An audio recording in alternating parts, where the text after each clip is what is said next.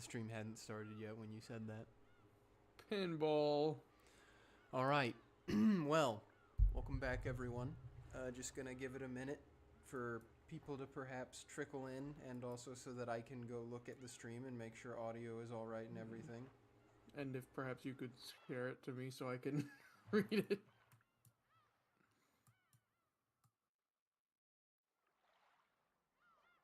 Yeah, I'll do that. No. You have to just know what's going to happen. Yay. Alright. That's the name of the show.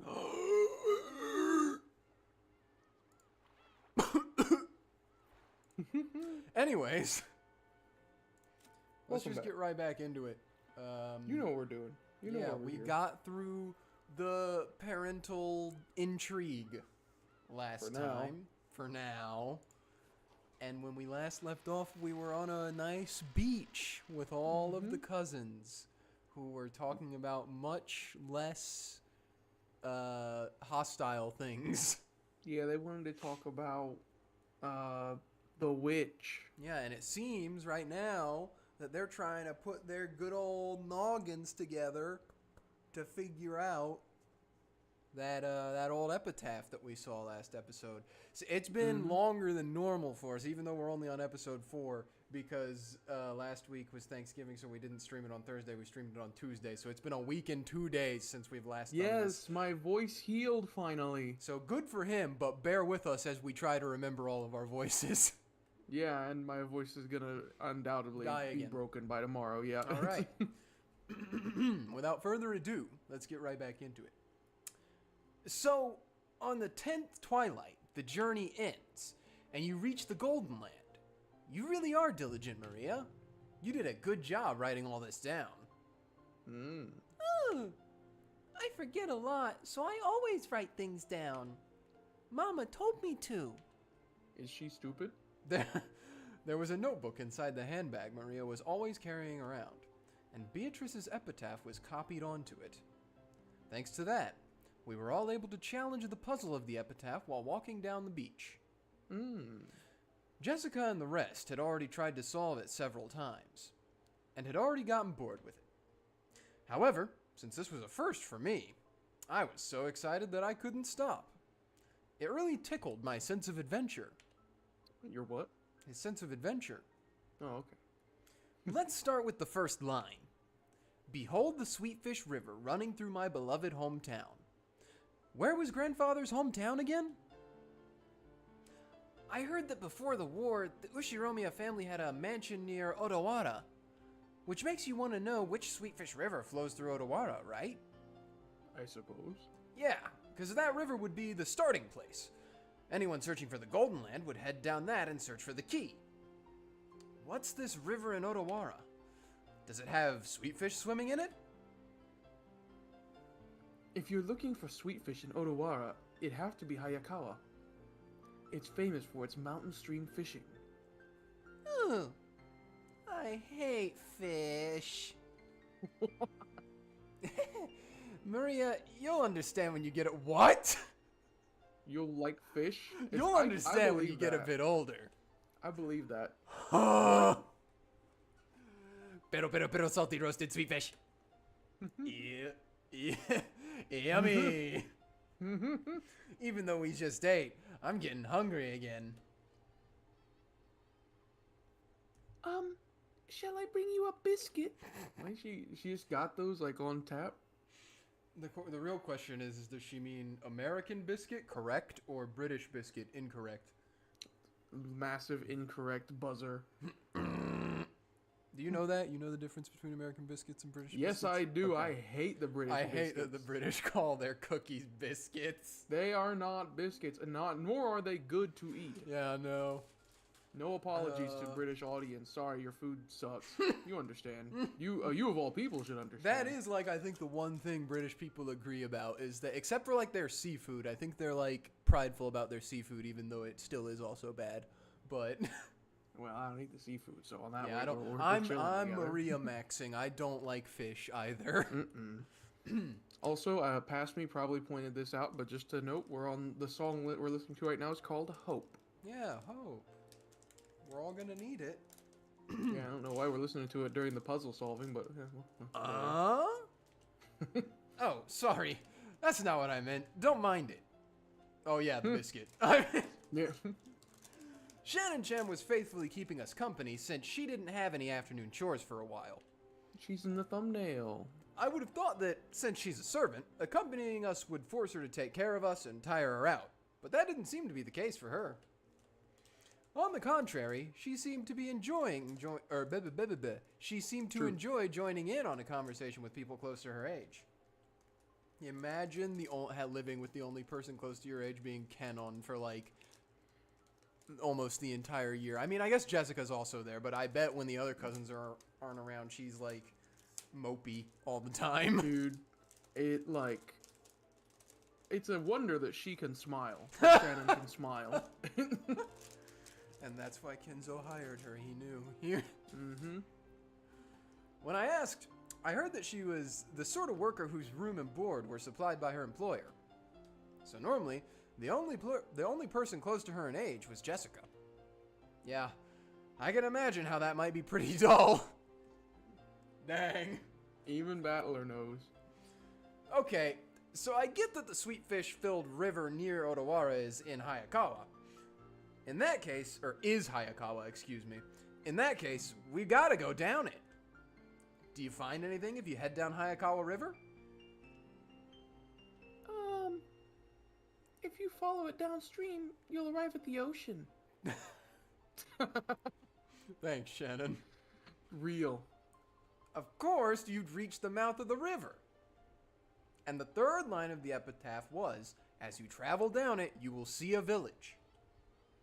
By the way, since long ago, the mouths of rivers have been key points in transportation, and large cities tend to be built there. Yeah, long ago as in like 2000 BC? What? Very important long ago. He does this with several facts all the time, where he mentions them like it's not something that most people generally know. Yeah. That'd be the next checkpoint. That's a pretty good theory. A game just I like knew you were gonna say guessed. Yeah. There's an old city that was very prosperous in ancient times. Why do you just know this? I'm George. That's where Odawara Castle is. I think I might have gone to Odawara Castle on a field trip once. It really was a wonderful castle. Yeah, I also went there. Even though I live in a Western-style house, it's true that Japanese people feel calmer with a Japanese layout. Castles are boring. Theme parks are better. Brewing. I see. Okay. If we find the gold, the great Battler-sama will generously reserve a whole theme park for a day and let you play in it.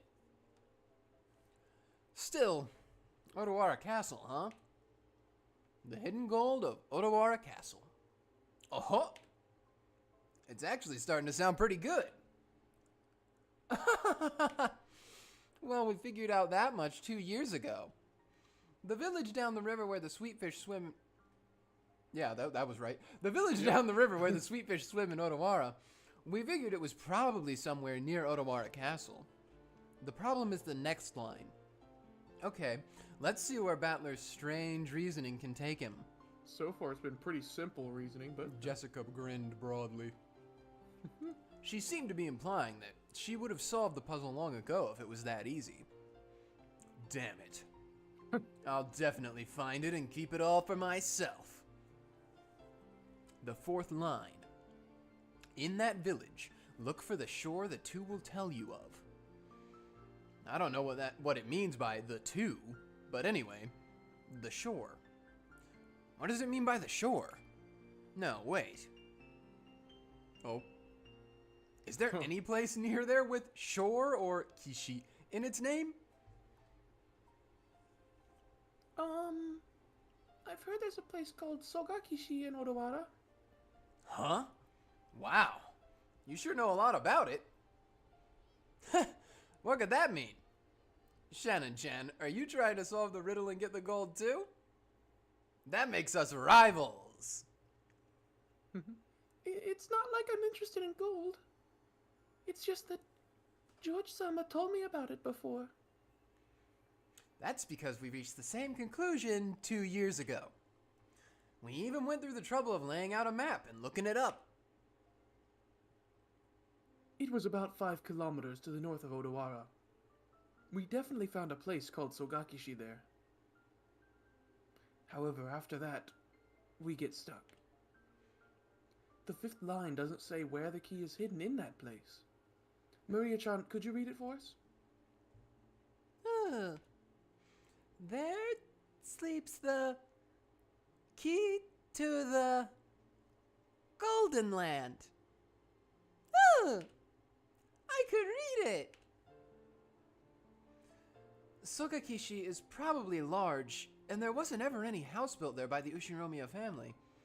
Not much we can do to find a key in such a vast area without any hints. You're right. And without the key, we can't advance to the next line. George Aniki, what kind of place is Sogakishi? Let's see. I've never been there, so I don't really know, but according to the map, it's in the mountains. In the mountains. I'm pretty sure it was at the base of Mount Asama. Mount Asma? True, we're doing just like Japanese tourism right now. I'm tourism maxing. Something doesn't feel right. You'd expect a riddle pointing the way to hidden gold to be a bit more exact. That's why it's a riddle. What? Why doesn't it just tell us the answer? Yeah, true. I get the feeling that even the part about Sogakishi was a mistake. Well, I think it could be Sogakishi. It could be talking about some house that grandfather lived in when he was a kid that we don't know about. After all, the first line mentioned his beloved hometown. Shannon, you've served grandfather alcohol and stuff lots of times, right? Hasn't he ever talked to you about his past? The master almost never speaks of the past. However, he talks of the Great Kanto earthquake as though it was someone else's story. So he may have been living far away from the Kanto area. The Ushinomiya family may have been living in Odawara, but not all of the branch families were. Grandfather often called himself part of a branch family.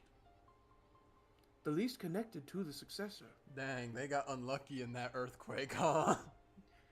I think they got very lucky. You see what they left with? Literally well, I'm just saying, like, in order for Kinzo to become the heir to the family, how many people had to die?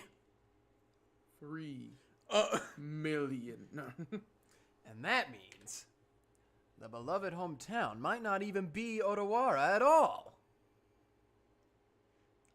I've never heard anything about grandfather's hometown, and I doubt he'd actually tell me if I asked. If the so-called beloved hometown isn't referring to the Ushinomiya family's roots, then the Odawara theory is wrong from the beginning. Of course, this doesn't completely remove the possibility that it was Sogakishi. For example, perhaps he lived in Odawara when he was very young, but then moved far away later. I don't understand what you're all talking about. Maria had been completely left out of the conversation, and she now sat puffing out her cheeks in boredom.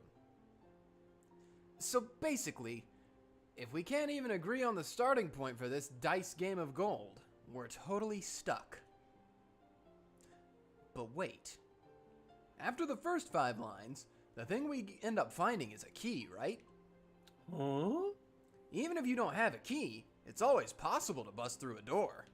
Huh? Can't we just skip the first 5 lines and start figuring out the rest? Oh, the irony of that first sentence. Yeah. I hadn't thought of that. You guys hadn't thought of that? You shouldn't think of that, probably. Oh well, we're just wasting time anyway. Let's hear the rest of Battler's reasoning. But in the next part, it gets dark really fast. Shannon-chan frowned slightly. After looking back at Maria's notebook to recall what was written there, yeah, I was forced to agree. Good. On the first twilight, offer the 6 chosen by the key as sacrifices. It sure does get horrible quickly. On the second twilight, it says to tear apart the 2 who are close. Does that mean to make them break off their loving relationship? Or does it mean to literally tear them apart? I don't know, but either way, it's pretty disgusting. Even if we set that second line aside, it mentions 6 people for the first twilight. Then 5 people for the fourth through 8 twilights. So at least 11 people must be sacrificed. Oh, they're sacrifices to revive Beatrice. Mm-hmm. I see. Sacrifices to restore the witch. Yeah, that's what it'd mean. Near the end, the witch will be revived on the 9th twilight. That last part is guaranteed.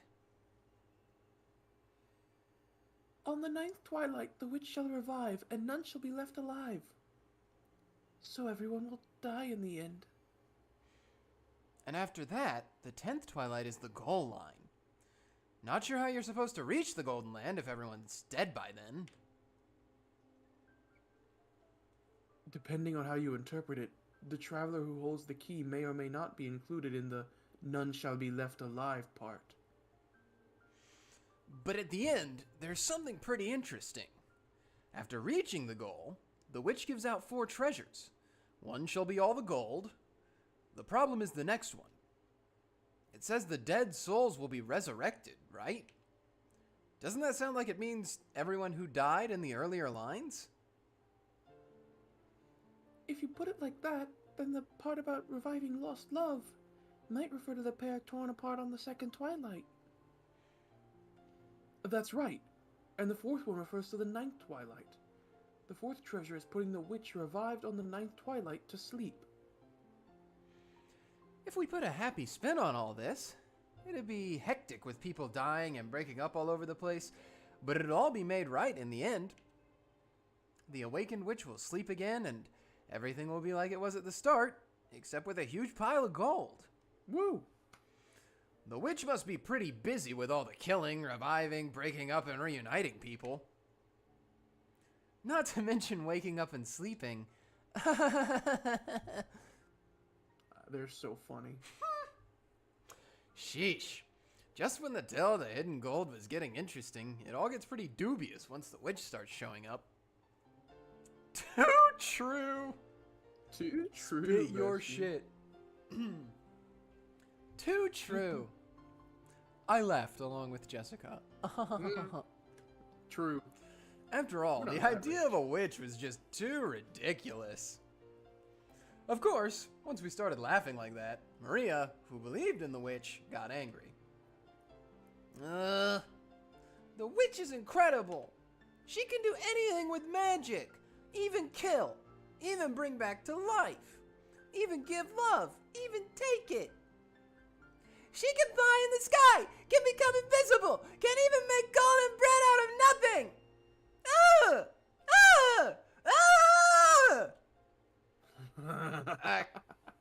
Dang. My bad. We were just joking. Jessica apologized, sticking out her tongue, but Maria didn't accept it. She grabbed her notebook back out of my hands and, opening to some other pages, tried to prove that the witch existed. What? Those pages had colorful drawings of witches on them, and, well, conveyed the fantastical image of Maria had of witches. It wasn't the normal sinister image of a crooked-nosed hag flying around on a broom, but a dreamlike person with unnatural powers who could do anything and wore a beautiful dress. It was just what you'd expect from an imaginative young girl. Flitting through the sky, crossing a rainbow, dancing around all night with a teacup and a teapot that would never get empty no matter how much you poured out of it. With a flourish of her staff, the stars in the sky would become candy and poured out. I feel like you're the imaginative little girl battler. Yeah, true. He's using the word flourish. Candy and pour down. and flowers that produce sweets would bud by the roadside. To Maria, witches were the only concept that could embody the magical dream that so captivated her. As she grew older, it was the last remaining thing that could give richness to her dull and plain everyday life. Damn. She's what? She was 9? 9. Man, they got her working in the factories young. That's why Maria believed in witches. She didn't want that dream of hers to be tarnished. That's why she didn't want anyone to tarnish the epitaph, which affirmed the existence of witches. Sorry. Oh. Because the witch named Beatrice was Maria's dream. Oh, because the witch named Beatrice is Maria's dream.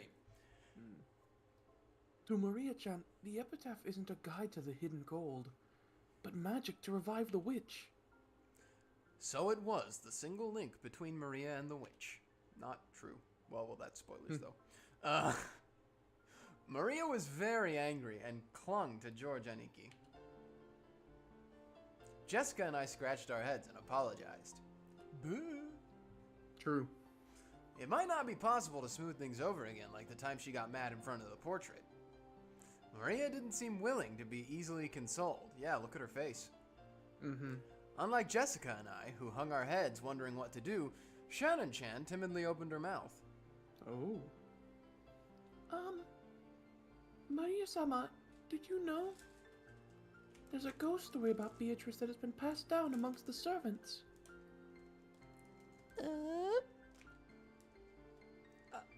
Yeah, that's right.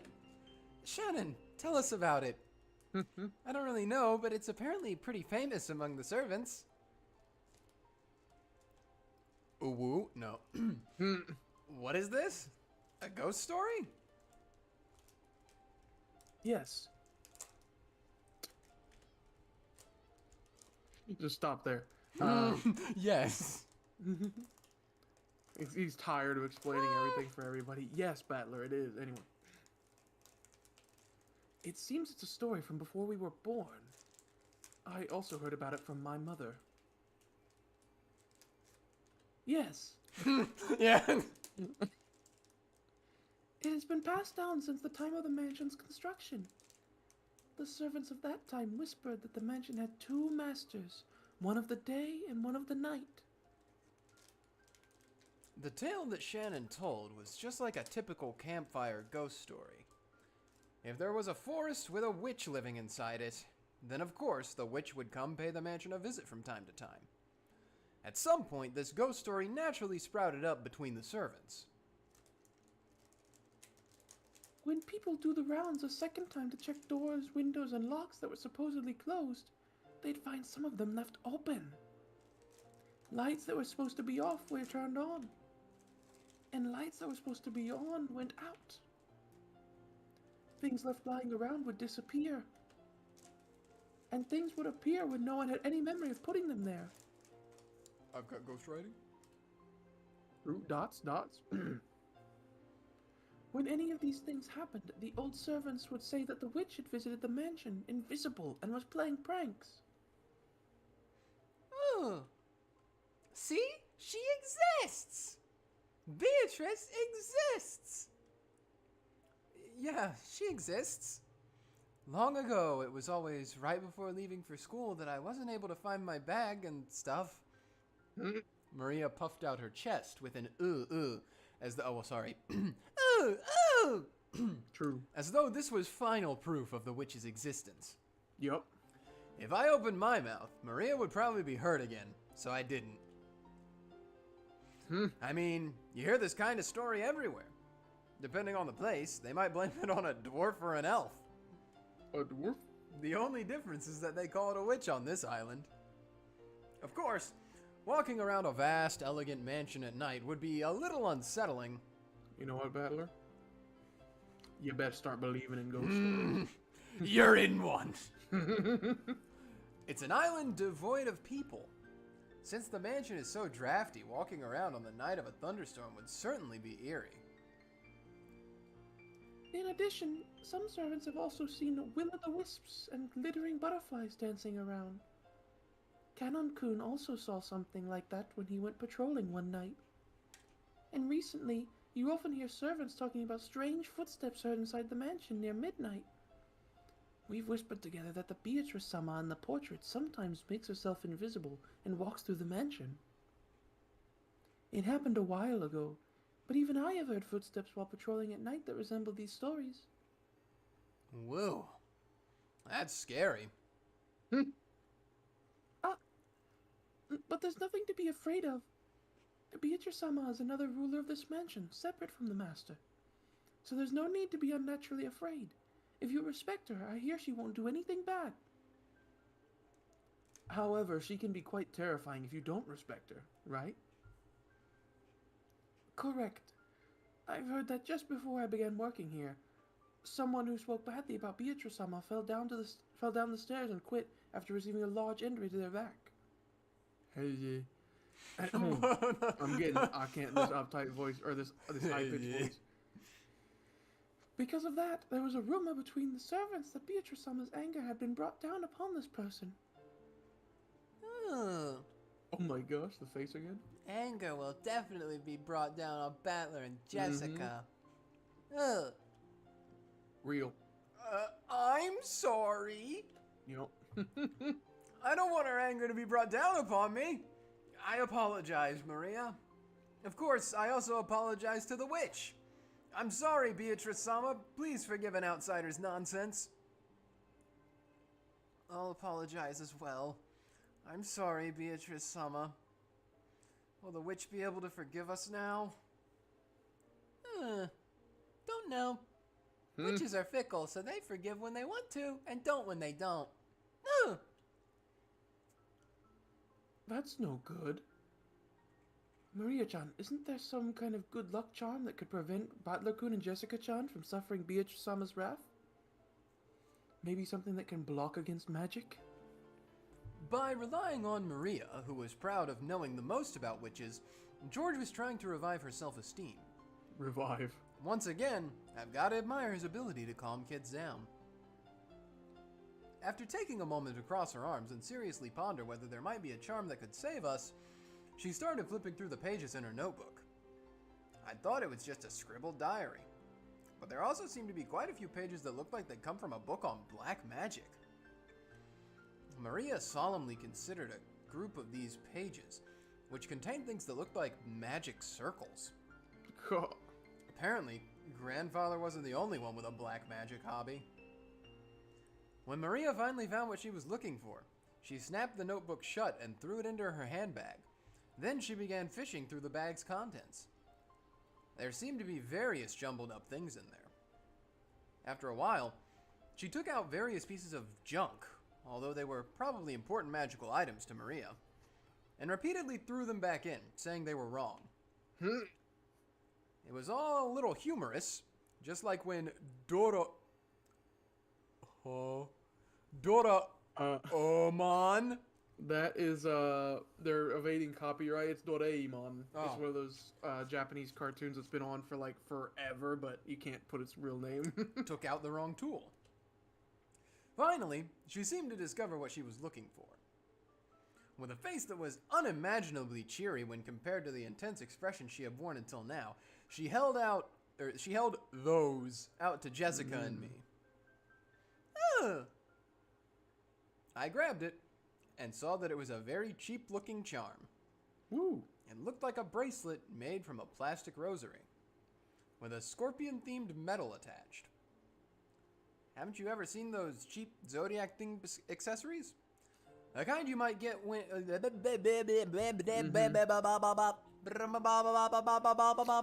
True, Crazy What's Frog, going buy on? it. It's on the album, the Crazy Frog album, November or something. I forget when it... Huh? The kind you might get when you win in a crane game at an arcade. Could you imagine if, like, we scene changed and Crazy Frog just started playing? No, I can't. It really looked something like that. There were two of them. Probably one for me and one for Jessica. You don't say. However, the very fact that there were two of them made them feel even more like cheap manufactured goods, making it pretty hard to think of them as magical items. There can never be two magical items of the same kind ever for any reason. Wait till this guy finds about bags of holding. You're giving these to me and Badler? With these charms, you don't even need to worry about Beatrice.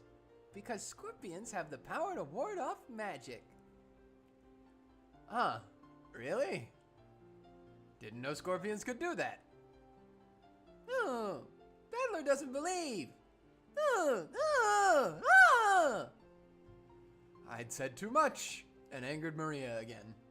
Yeah. Maria took out her notebook again, pointing out various pages she went on and on about how the scorpion had such incredible holy power that it had been used in magic repelling magical circles since ancient times. I've heard about that from some of the other young servants. Something about how the scorpion is drawn as a magic repelling symbol in sorcery. What? Huh. Really? The scorpion protects against bad magic and calamity. And emerald beings... Crazy frog. Dang. An emerald brings peace to the heart. It's because I'm putting like a little bit of lisp on her. Therefore, its effects are twofold. It's true. Why do you know this too? Okay. The scorpion wraps around the emerald and protects it. Yes, that certainly does sound like it'd work well.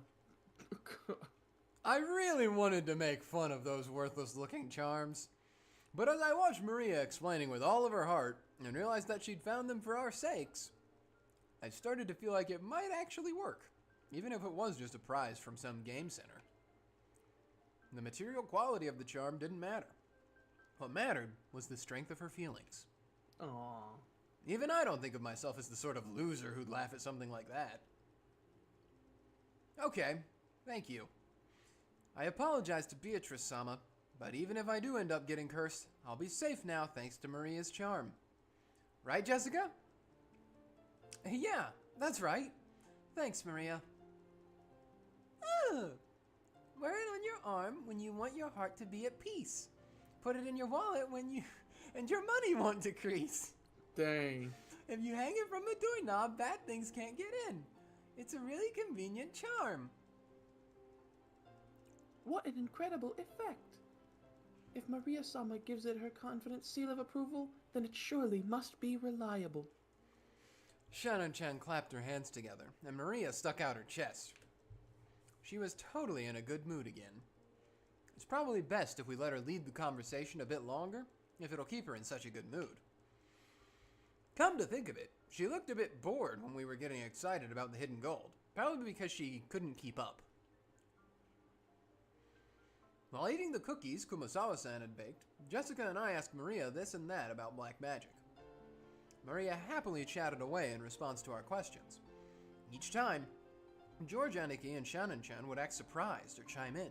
The clouds in the sky grew darker and darker, but we cousins really enjoyed communicating freely after a year of separation. It's been 6 for you, bud. Yeah. Also, are we through with the scene? Or fading?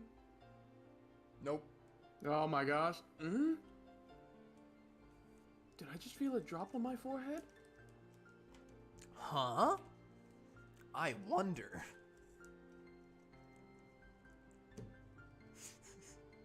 Sorry. I'm just laughing at them. It's the unnecessary dialogue. Yeah. As George Aniki rubbed his forehead, he looked up at the sky. Considering the color of the sky and the dampness of the air, it wouldn't have been odd for a raindrop to hit him. You don't say. The wind also seemed to have grown a bit stronger. Man, I can't wait to get out of chapter 1. I didn't feel a drop. Only I didn't. Don't worry, neither did I. George must be insane, schizophrenic even. That might be right, Battler. Anyway, I'm sure it'll rain so much tonight that everyone will get to feel plenty of raindrops. What, are we all going to be standing out in the rain? That's right. Maybe we should head back soon. Shannon-chan looked down at her watch. Do you have a watch? It was probably well into the evening by now. Is it already time for you to return to your work? Yes. Thank you very much for allowing me to enjoy some time together with you all. Tell Kumasawa-san thanks for the cookies. Okay, everyone. Help out with the cleanup. Shannon-chan declined our help, saying that this was a servant's job. But picking up a dropped fork before the waitress has to is like my purpose in life. What? He's weird. His purpose? We folded up the blanket, gathered up the trash, and helped clean everything up. How much trash did you make? Ooh! The trash is getting away! Ah. Ooh! Ah! Be free, little trash. I won't let it escape. I'll grab it before Maria does. I'll grab it. Ooh! Ooh! Ooh! Maria, don't get your shoes wet. You'll get in trouble. To Maria, chasing after some trash sent flying by the powerful winds was just another game. By the time we finished, the wind was blowing pretty strongly. Hey, you hear it? You can tell by the little sound. Yeah. MP3. Probably a good time to head back. Insanely compressed MP3. Yeah. You've all helped me out a lot. Thank you very much. It looks like you're really out of time. It's okay if you head back first. Georgia Nikki perceived from her hurried appearance that very little of her free time was left. Genji-san's very strict about time. If you don't show up where you're supposed to be at the right time, I bet he'll be pissed. Oh. We'll see later. Do your best with your work. Yes. Then, if you will excuse me. After Starts making running. a respectful bow, Shannon-chan ran towards the rose garden.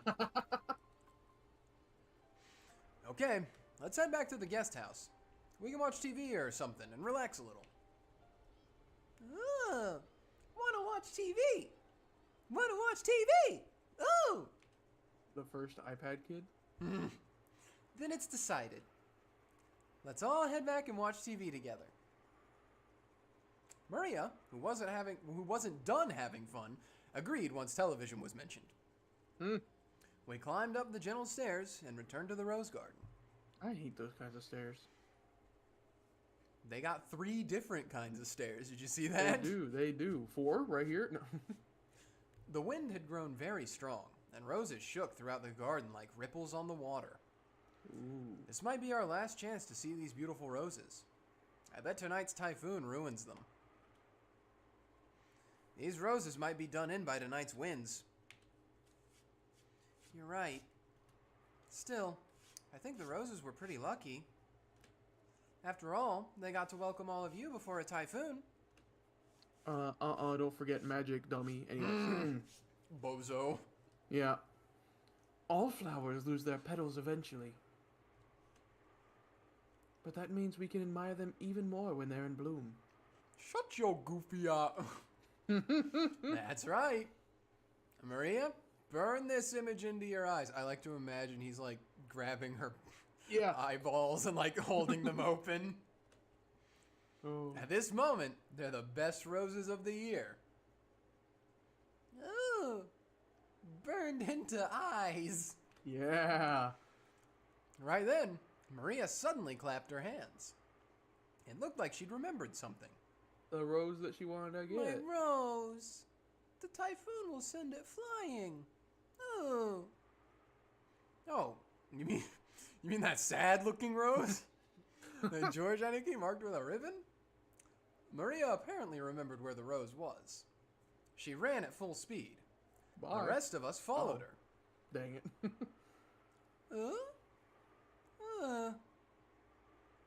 Where was that again? I'm sure it was somewhere around here. We searched everywhere we could around that area, but it was only a single flower among all the roses after all. Even though we knew it was somewhere close by, we weren't able to find it. The winds making up the typhoon's front lines made roses throughout the garden undulate.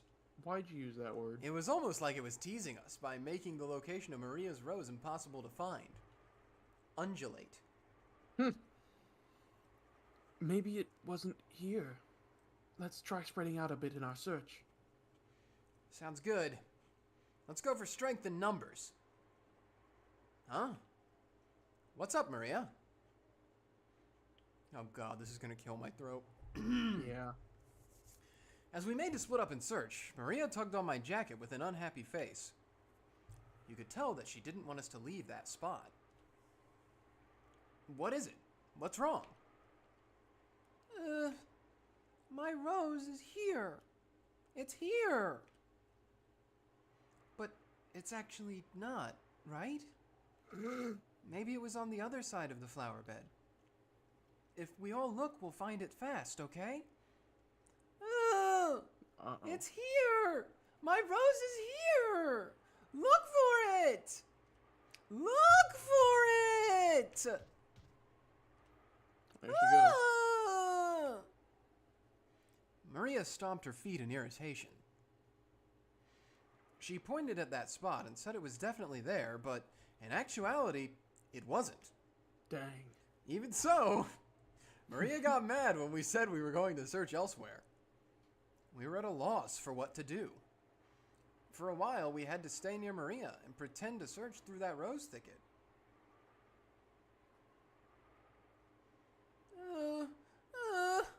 Not here. Not here. Not here. Help. Maybe she's saying that it should be here, but isn't? Maria became increasingly irritated. Oh man. Maria's really losing her temper. This is the part where you just lie and make a fake one to mark a different rose and be like, I found it. Yeah. Sometimes Maria starts to really care about pointless stuff. If she gets what she wants, that's okay, but You can't find something that isn't there. That's not good. just when we were at a loss for what to do, Maria called out in a loud voice. Mama! Ooh. No, sorry. Holy moly. We could see Aunt Rosa in the direction Maria was waving her hand. Aunt Rosa. Maybe she wanted to come look at the garden one more time before the typhoon came? Or maybe she had some business at the guest house. Aunt Rosa was coming from the mansion. She quickly noticed her daughter's voice and came over. My, what happened, everyone? Are you looking for something?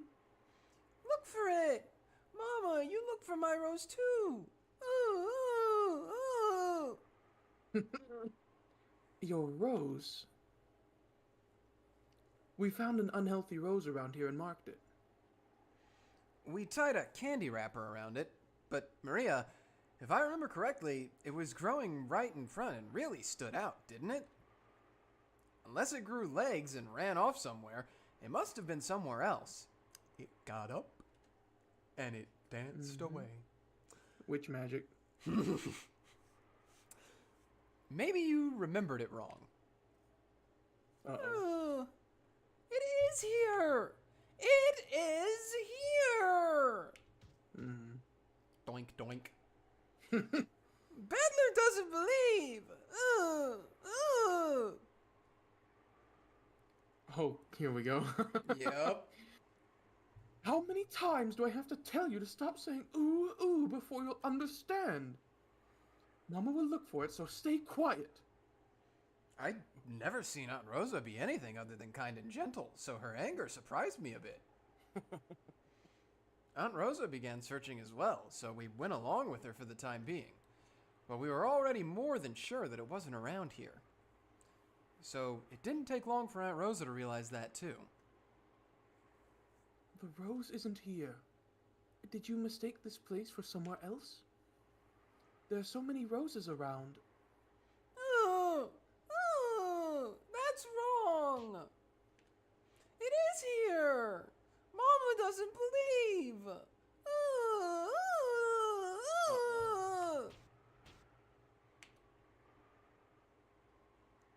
I already believed you and looked hard for it, didn't I? But it isn't here. Is my mic picking that up? Like, not at all. It's Okay. amazing. Okay. is here! It's here, but it isn't! God, the people in my dorm hall. Yeah. Then someone must have ripped it out. Anyway, stop saying ooh ooh. Who ripped out my rose? Who did? Give it back! Give it back!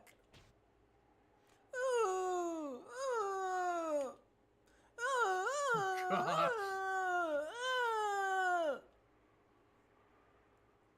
How should I know? Stop it. Stop saying ooh ooh. Aunt Rosa slapped Maria's left cheek with her palm. In that instant, Maria was shocked into silence. Of course, it was only for an instant. When Maria realized that her wish was being rejected, she started yelling even louder.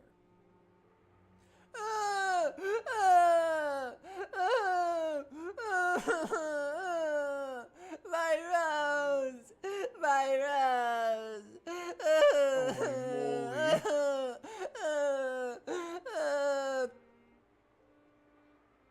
Didn't I tell you to stop that weird habit? That's why all the kids in your class make fun of you. Cut it out. Once again, her palm slapped Maria's cheek. This time she didn't go silent.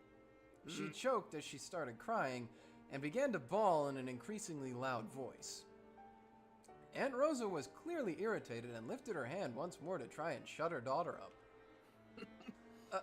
One way to Rosa, now, she's just a little kid, so there's no reason to get so serious. Why did you speak? I tried to cut in with a bitter smile, rubbing my hands together, but Aunt Rosa glared at me with a serious face, and I realized that I should have stayed out of this. I'm sorry, but could the rest of you go back to your room for a bit? I need to have a little talk with Maria.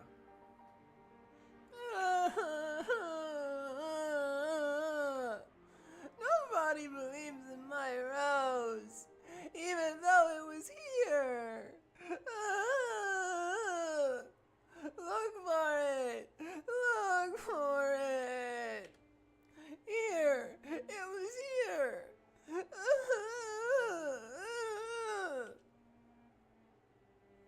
But it's not here. So you must have confused this place for somewhere else, right?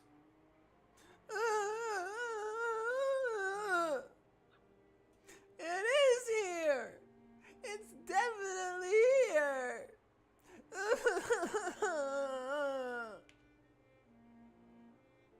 And it disappeared. Give it up. Why? Why did it disappear? Why? Why?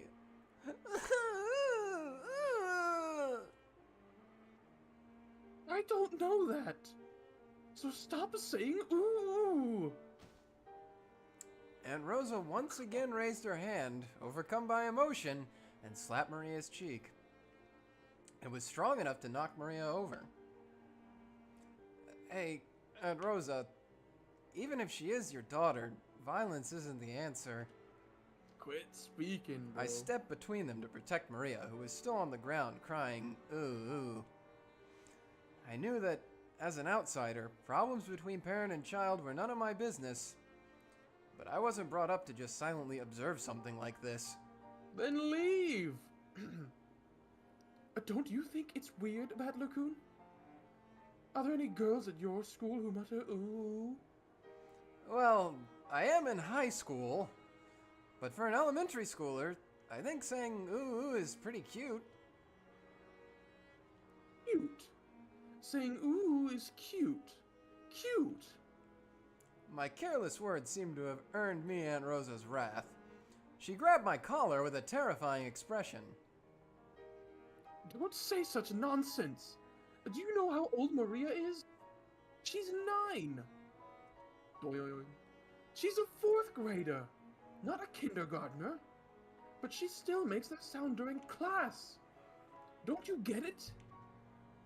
Do you know what they say about this kid when they bully her? Thanks to this weird habit, she still hasn't made a single friend. Don't turn your eyes from reality and carelessly call Maria cute. Think more seriously about this kid's future.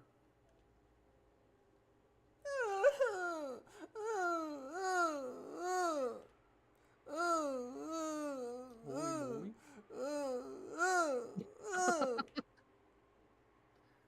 I told you, stop making that sound! Didn't I tell you to stop it? Aunt Rosa struck Maria's quivering head, from which an increasingly unhappy voice was rising. I tried to stop it, but Aunt Rosa pushed me away. My back hit George Aniki. A long time ago, Aunt Rosa also thought of it as nothing more than one of Maria-chan's baby words. But now that it hasn't been fixed even midway through elementary school, she's been worrying about it a lot. How she talks isn't really that big of a deal, right? She'll never make it as an adult if she's like that. So, even though it isn't fun to watch, this is a problem between parent and child. Well, even I get chewed out by Mom all the time because of how I talk. When they put it that way, maybe even a scene as painful as this isn't something an outsider like me should butt in on. Battler-kun, when you were a kid, didn't you have any bad habits that you couldn't fix and that got you into trouble? Well, one or two. On Parents' Day once, I kept getting yelled at in front of everyone, and it was as embarrassing as all hell. Well then, you can understand how the two of them must feel right now. I feel like getting beat is a little bit more intense than getting yelled at, but okay. It's the same thing. I'm sure they don't want us to be here now. That's Japanese true. moment. Yeah, very, very. You understand too, don't you, Jessica-chan? I don't think anyone likes to be seen when they're being scolded. This is more than a scolding! Let's go.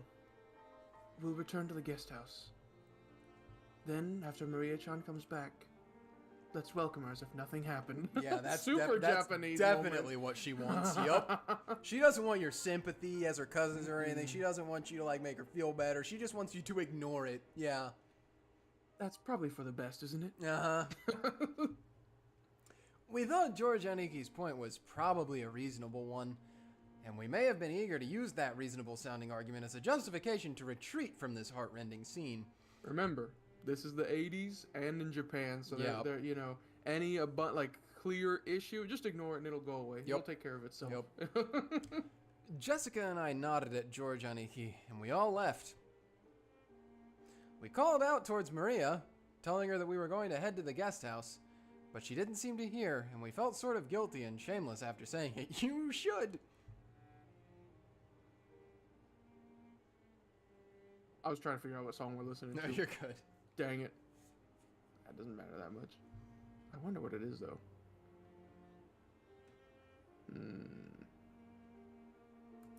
Wait a minute, I'm gonna figure it out. Okay. I gotta figure it out. I'll be Aunt Rosa. No! Holy moly, when are we gonna hear that song? Holy moly. Is it? No. Mole mole. True. No. There are two wolves inside me. Holy moly. Mole mole. True. Okay. Alright, whatever. I'll find it later. In that case, look by yourself as much as you want. Mama doesn't care. I'll look for it. I'll look for it by myself. Even if Mama doesn't care.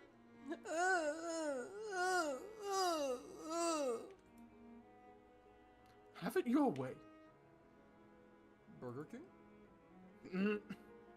After blasting her with those last few words, Rosa spun on her heels and quickly returned to the mansion. Maria probably viewed that as a cold gesture meant to injure, but that wasn't Rosa's intention. It was because the hand with which she had so emotionally struck Maria's cheek was still not my sister in Christ. You chose to strike your child. Nuh-uh. It was because if she stayed there screaming, she might again be taken over by her emotions and continue slapping her daughter's cheek over and over.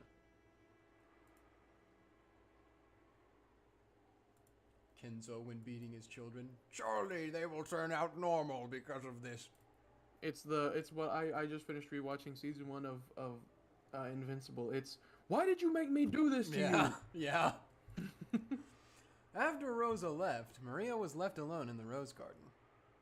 The wind began to blow stronger and stronger, and every once in a while, a raindrop would fall on her forehead. However, Maria couldn't leave that place. Not until she found that poor, wilting rose. Oh my gosh, there's so much weird music. It had definitely been there. Even so, it wasn't. Even though she knew the place, and even though it had been there, God. it wasn't. Maria bitterly stared at the place it was supposed to be, and thought frantically.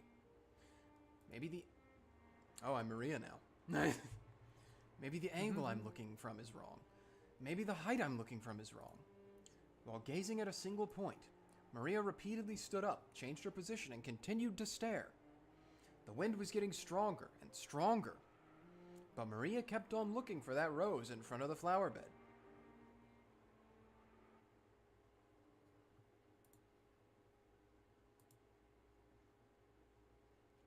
I'll never figure out what song that was. I'll never figure out where the rose was.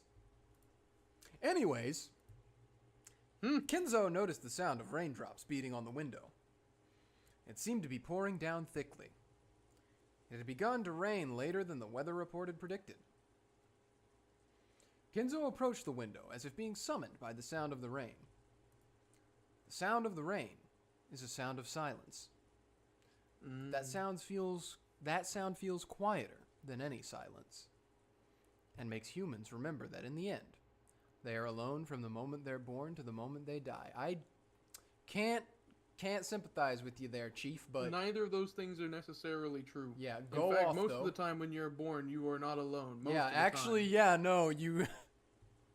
There's very few times Yeah, where you no, are. I would. Okay, yep.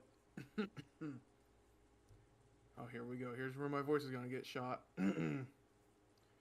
You're late, Beatrice. Were those words directed at the rainy sky? Mm-hmm. There was no one to be seen in the direction of Kenzo's gaze. Well then, let us begin. Let us begin our banquet of miracles. This island has now been cut off from the world. Now there are none who can interrupt my ceremony. There are many fitting sacrifices for you. 4 of my children, 3 of their companions, 4 of my grandchildren, me and my guests and my servants. You may devour as many as you please. The key of fate will select the sacrifices in accordance with the demon's roulette. If that roulette chooses me, even I will become your sacrifice. However, because of that, because I will bet on such madness, I will most assuredly bring forth a grand miracle. Come, devour to your heart's content. I will achieve victory over that roulette. Yes, I'll put everything on the line. First, I'll return the inheritance of the Ushiromiya family. Accept it! Rain sound effects. Kenzo tore the window open, ripping a golden ring off his finger and forcefully threw it away. At that time, the sound of thunder rang out, giving the illusion that the lightning had accepted the ring. And when you are resurrected, surely I will be the one who stands witness. I will survive until the end and watch over you as you awaken. So come, Beatrice. Welcome to my banquet. In exchange for all that I have created, show me another miracle just this once. Oh, Beatrice.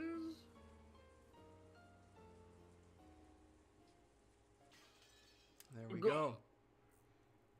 I've been struck. All right, now we're into the stream. We've done one chapter. But it's 6 o'clock now. Time for the family dinner. Yeah. Quick aside, Levi, have you solved the epitaph yet? No.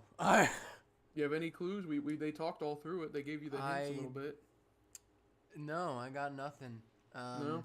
I remember very briefly when we did this as it was incorporated into our D&D campaign, I believe it was solved and the answer was actually given to us, but I just have completely forgotten what it was.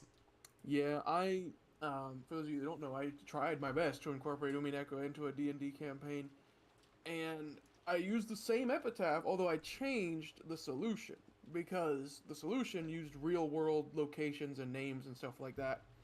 So I completely changed that. The second half remains the exact same. The solution to the second half of the riddle stays the same, the Twilights. But the prelude to the Twilights, getting the key, all that I changed.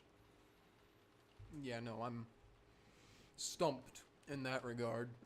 Gonna get a tattoo that says, "Behold the sweet fish river that No. runs through my hometown." Nope. Not gonna do that. You might want to. You best start believing in sweet fish. You're in one, not... What? Alright. A news ticker popped up on the top of the TV program we were watching.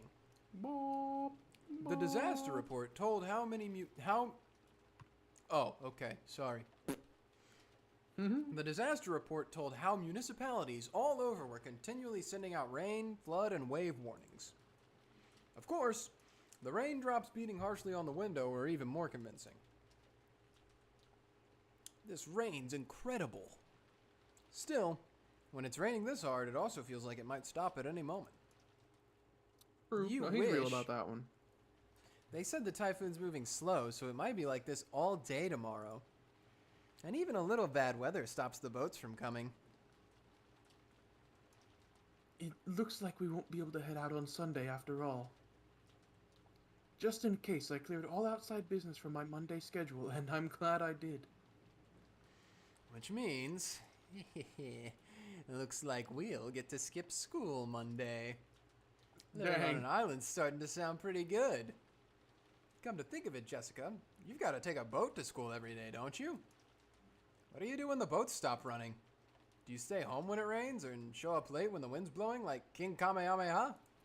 This is like the I think you should leave bit. Like, the first thought is, oh great, I don't have to go to work tomorrow. Yeah. But If the boats don't come, I stay home. Still, it's not as good as it sounds. Usually I'm ordered to study by myself, and it's not that fun with someone standing right behind you watching everything you do. unless it's canon. Sorry, spoilers.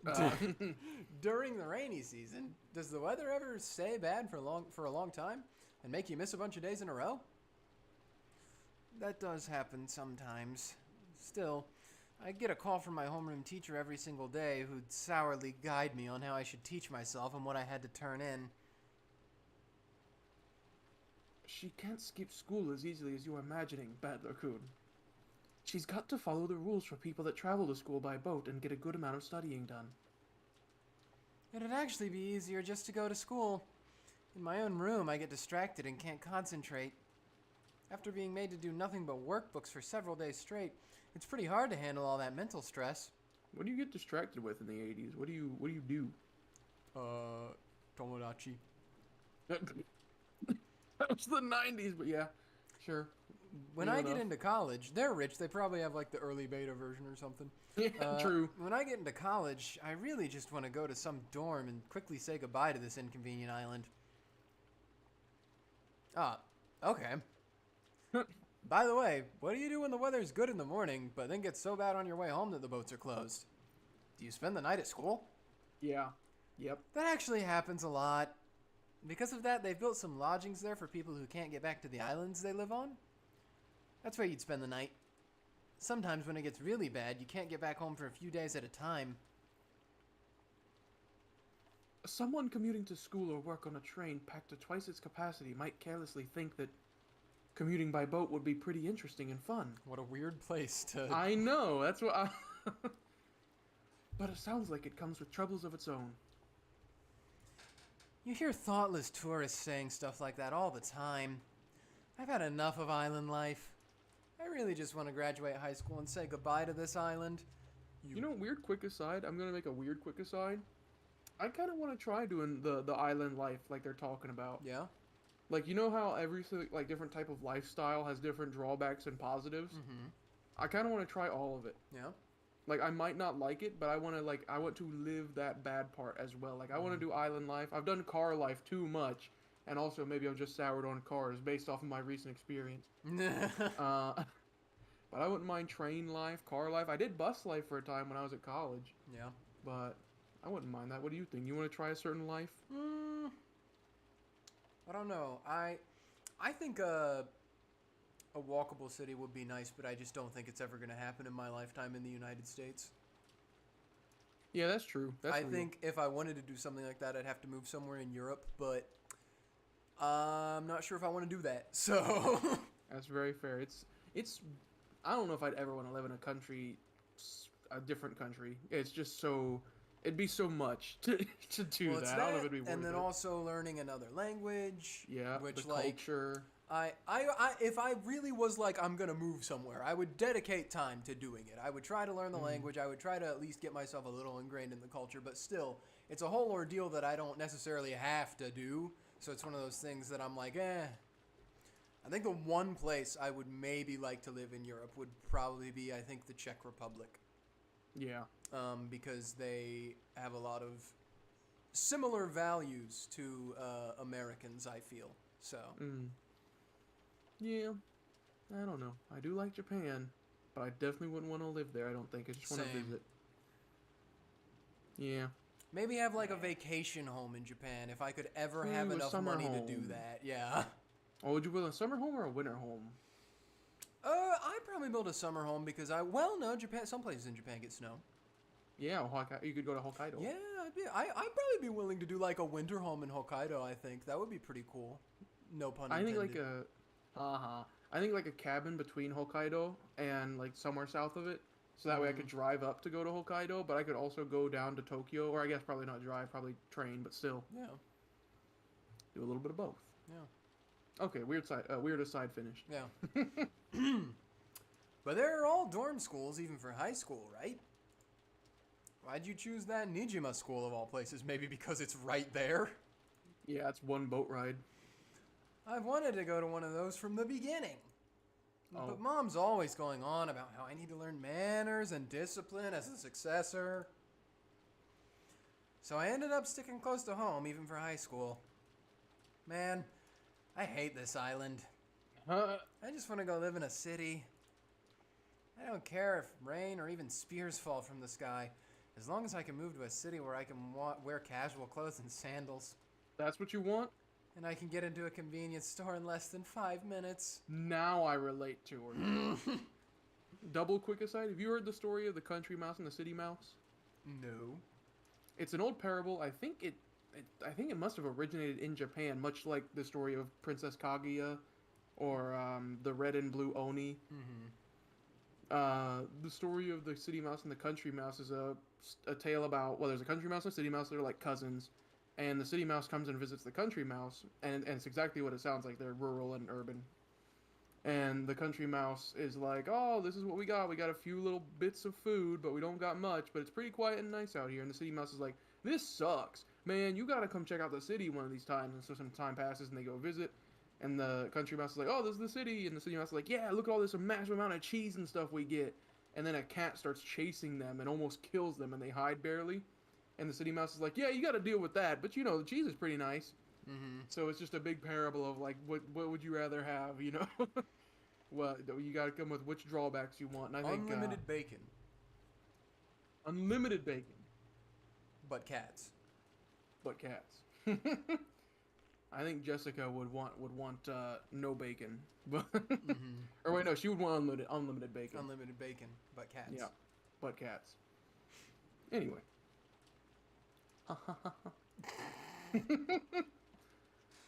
Hold out just a little longer. Just a bit more and you'll graduate high school, right? I can't wait a little longer. Jessica stretched out and reclined in the sofa. Maybe it was a bad time slot because there weren't any interesting programs on. And we had nothing to do but languidly kill time until we were called for dinner. What a word. Languidly. Yeah.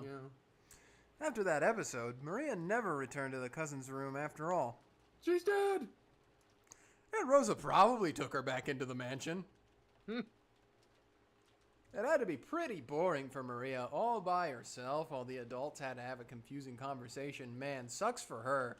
Yeah, I'd hate to do that. We thought we might as well head over to the mansion to see her, but the weather really was awful, and so we should just stay over here, really, and just leave her over there. And since there wasn't much time until dinner, we stayed where we were. Dang. At that time, we heard the sound of a humble knock.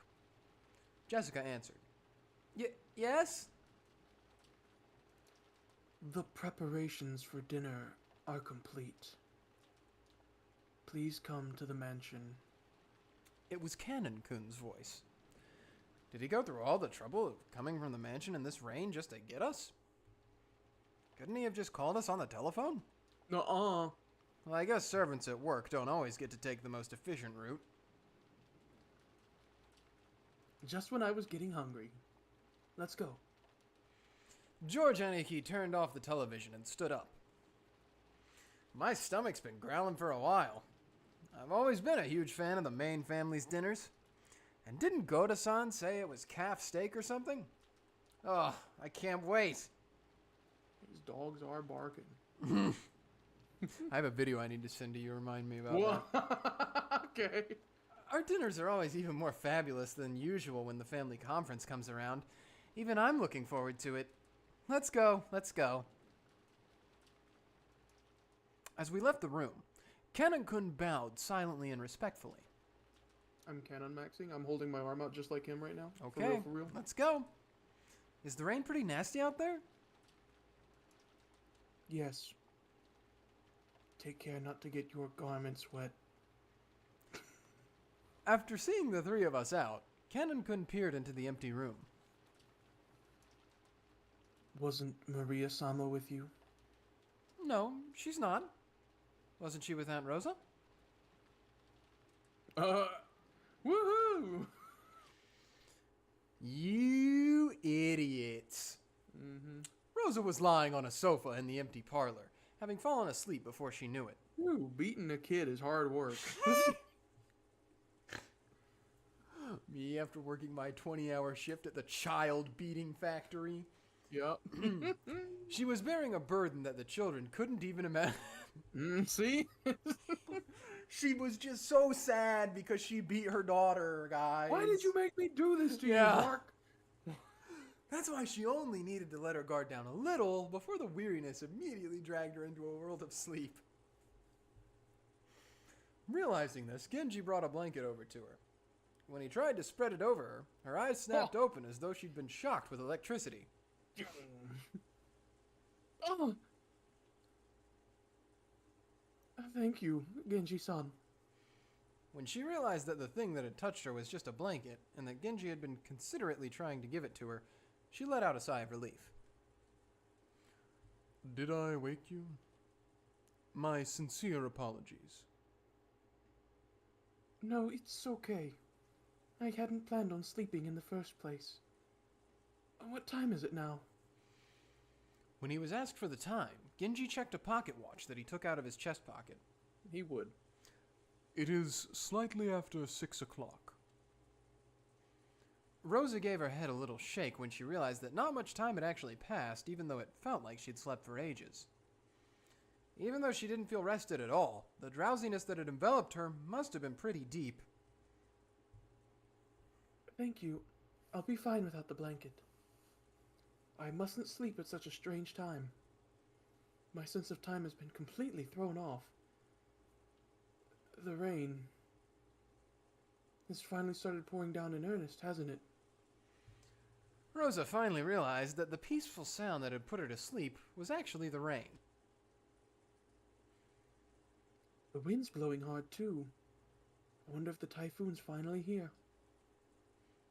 That's what they said on TV. The typhoon is moving slowly, so they think it will be like this all day tomorrow. Rosa, right now, I feel like I'm forgetting something important. Yeah. Really? So our last chance to see that wonderful rose garden must already have passed by. She's even thinking of the Yeah. rose garden. Yeah. From the window, what she could see of the rose garden was completely blurred by the wind and the rain. Maria. That's right. What about Maria? I have not seen her. Did she not return to the guest house? Ooh, I know this one. I know this song. Is this Rosa knew her daughter's nature well, Hour of Darkness? so a chill ran down her spine. Maria was stubbornly honest, and if she was ordered to find something that didn't exist, she would look forever and ever, even in pouring rain. Yeah, Hour of Darkness. No. The cousins left before I did, so Maria was alone. Unless someone told her to stop, she'd stay there even if it started raining spears. That's the second time this family has used that analogy. Without even opening an umbrella. Ah, how could I have lost control of my emotions and done such a thing? Even though she'd known about Maria's simple honesty better than anyone, she'd once again lost control of her emotions and done something terrible. Maria! Rosa pushed Genji away and ran down the hall. Sorry, madam. Yeah. The outside really looked like a wow, gee, I wonder why. Must Man. be a mimic. It's like a typhoon out here. And the rain was pouring down spectacularly. Maybe because of some aspect of the terrain, the winds weren't typhoon class, so an umbrella wouldn't be torn out of one's hands. Even Thanks. so, it certainly was a windy rain. There was no time to admire the roses being drenched. Anyway, I'm getting pretty worried about Maria. You don't think she's still rebelliously searching for that rose alone, do you? Rebelliously? Actually, it was quite in line with what her mother told her to do if you guys would have stayed and listened. I wonder. Surely she wouldn't do it in this rain. Or at least, I wish I could believe that, but Maria-chan sometimes gets really stubborn and intensely straightforward. We hadn't worried much, thinking that Aunt Rosa had taken her back to the mansion. However, when Kanon-kun had come from the mansion to call us and thought Maria was here, we got a little worried. Only a little bit, though. Yeah, it's a little worried. I did not see her in the mansion, so I was sure she was here. After all, Rosa-sama was taking a nap. You didn't see her on your way over here? My apologies. I opened my umbrella and ran as fast as I could, so I did not pay much attention. If he had cut through the rose garden, taking the shortest line between the mansion and the guest house, then he would have just barely missed the place where Maria had been looking for her rose. And it was raining this hard, too. It certainly would have been possible for Kanon-kun to fail to notice her. Instead of arguing around here, it's faster just to check it out directly. Aniki, why don't we race over there? Oh, do you think you can beat me now that you've been growing for 6 years? I feel like there are more important things right now, but... Okay, let's settle this. Go! Cousins, yeah. George, Aniki, and I flew out into the rain. They Again, fly the now. idea of them flying. Yeah, it's so funny to me. Just imagine them actually flying. Jessica and Kanon-kun followed us. Maria! If you're there, answer me! Maria! It's Aunt Rosa! Hey, Aunt Rosa! When George Aniki called back, Aunt Rosa jumped at him and grabbed onto him. Where's Maria? Isn't she with you? No, we didn't meet with Maria-chan after that. Maria! 6 years ago, Maria was 3 years old. Yeah. Dang, he's a detective. She was a cute and pure kid who just accepted whatever anyone said. But 6 years have passed since then. He's so smart. Bro, we've got like over 100 more hours. Yes. She's 9 now, and experiencing the ups and downs of life should have taught her something. But Maria, are you telling me you're still as innocent and pure as you used to be? I feel like, okay, some of these things where they're like, she's 9, she shouldn't do those things make sense, but other things where they're like, she's 9, she shouldn't do those things make absolutely no sense. They're weird and dumb. Like, I get the she's 9, she shouldn't do the ooh thing anymore, but not the she's 9, she shouldn't be pure and innocent. What? She should be completely disillusioned in life. Yeah, like... Someone's projecting a little. into Maria! their battler. Sorry her mom didn't die. Yeah. As I encircled the rose bed, something white unexpectedly turned to face me. It was a white umbrella. Maria was crouching down, holding a white umbrella, and still searching for that rose. I never knew it was white. How about that? Her face, which had turned bright red from her crying her eyes out, was dirtied with water and mud. Yeah, her face was red from crying, not from being smacked. It was truly a pitiful sight. She was just so sad-looking, man. Maria, are you still looking? Oh, can't find it. Can't find my rose. Maria had probably been there since the rain started pouring down. Her shoulders were freezing. She looked tired to the bone, but fortunately, since she was holding an umbrella, she wasn't completely soaked. The umbrella probably came from the handbag Maria was always carrying around. Thank goodness. Seriously, thank goodness. Battler-kun! Thank goodness you found her! Maria! Glomp. I'm sorry, I'm so sorry! Aunt Rosa threw her umbrella aside and hugged Maria. It's not here. My rose isn't here. I'll look for it with you later, okay? So just put it on hold for today, okay? Put it on hold for today? It looked like Maria still wasn't able to accept it, but she no longer had enough energy left to resist. Jessica and Kenon-kun caught up with us. I'll have a towel ready in the mansion immediately. I feel like you get slower with every voice line you read. Yup. Maria, were you here this whole time? I'm sorry. I'm sorry for being such a bad mother. Aunt Rosa, why don't we head back to the mansion for the time being? If we stay here, Maria will catch a cold. Says he You're who right. doesn't have an umbrella. True. Maria, let's go. If we don't get you cleaned up, Grandfather will be mad. Hungry. It's already time to eat. You did a good job holding out, Maria. Once the weather gets better, we'll all go search together. We couldn't stay in the rain forever. We took Maria with us as we headed back to the mansion. Maria apparently wasn't as worn out as I'd thought. When she remembered we were having calf steak for dinner, she started chanting, I'm hungry, ooh, ooh, and returned to her usual spirited self. Kid moment. Aunt Rosa didn't chide Maria for saying ooh, ooh. See, Levi? She said she was sorry for being a bad mother, so now she's redeemed, okay? I see. So she had an umbrella on her. Maria sure is good at packing the right stuff.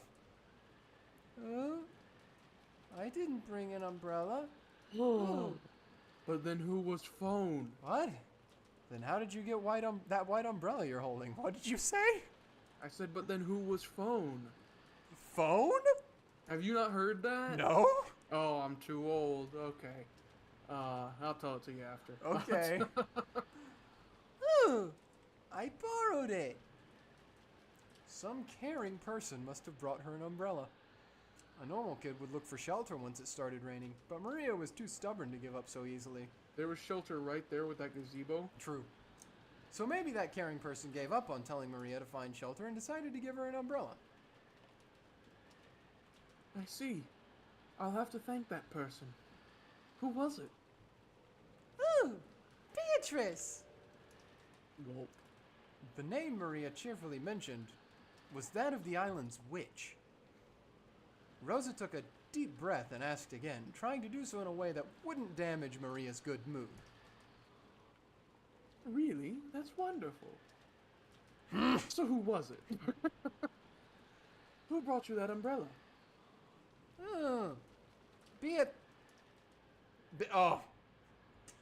Japanese moment. Yeah. Beatrice. Yeah. Ooh. Maria immediately realized that her mother didn't believe her and started crying out unhappily again. So Rosa stopped pursuing the subject. It'd probably be faster to ask whoever lent Maria the umbrella during dinner rather than asking Maria herself. Yeah. She must have been mistaken, silly girl. Yeah, no, clearly. Maybe it was someone like at the door? Aunt Eva. She kind of looks similar. Yeah. Or like Kinzo, probably. Yeah. Kenzo in a wig. He finished throwing his He ring out chucked there and the then umbrella he chucked at the her. umbrella. Yeah. Maria! What's that unsightly beast? I shall smite you! Yeah.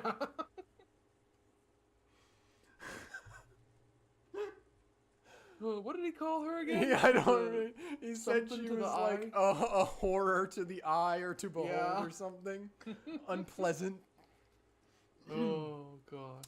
Father, please at least join us for dinner. It won't be a family conference otherwise. Here we go. Along with a dull pounding on the door, the sound of Krause's entreaty could be heard. Whoa. However, that voice seemed to be resigned to the fact that nothing said would be heard. Kenzo-san, won't you at least come out for dinner? All your children have gathered to see your face, haven't they? That's just what I imagine he sounds like sometimes. Silence, Nanjo. So, the bishop won't work. One move too short. Apparently, Kenzo was completely focused on the final battle of his long-lasting chess match with Nanjo. Kenzo's brow was wrinkled as he continued to glare at the game board through his spectacles. Krause's voice didn't reach his ears. Kenzo-san, I'm hungry myself. Why don't we go down and eat? Go by yourself if that's what you want. Let me consider this next move for a little longer.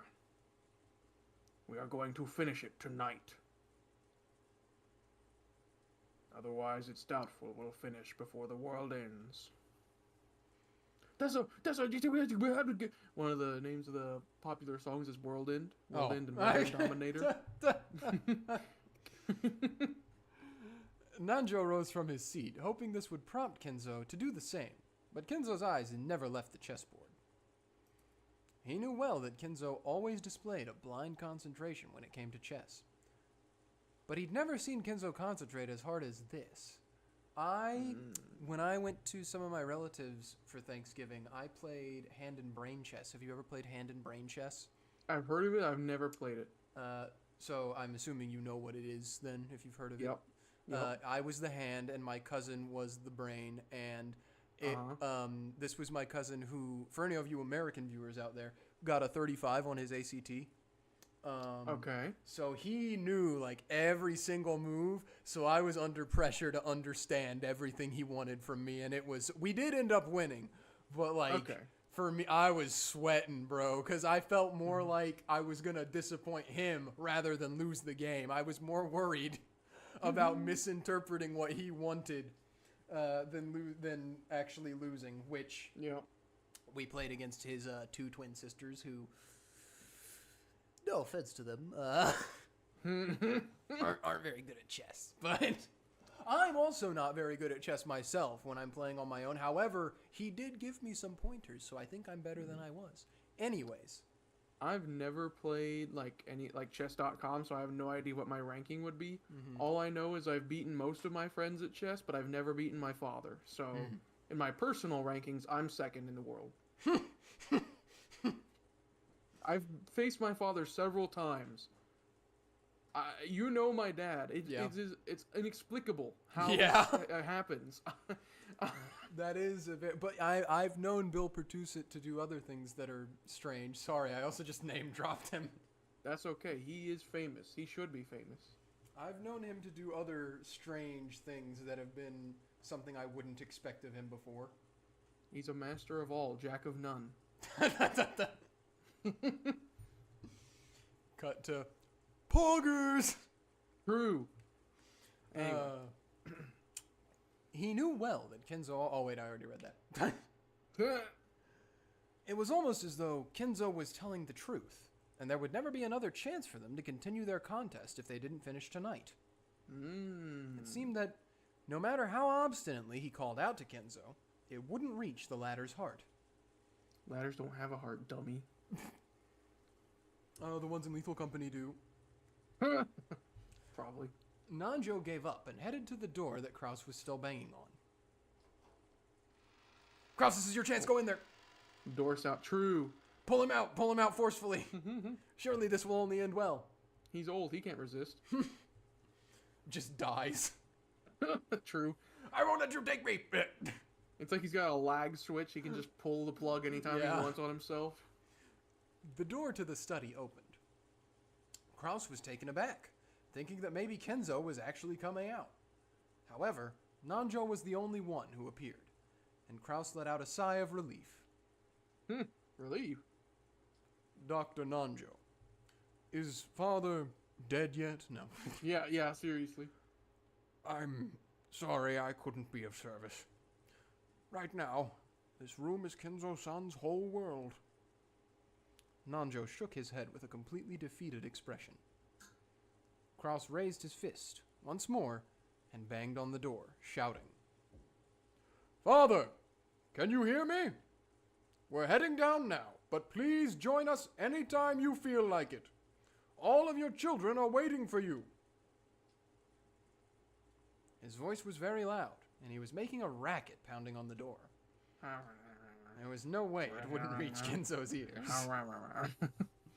Well, it certainly was reaching him, but he ignored it anyways. However, unlike the time he'd been called down for lunch, he didn't fly into a rage.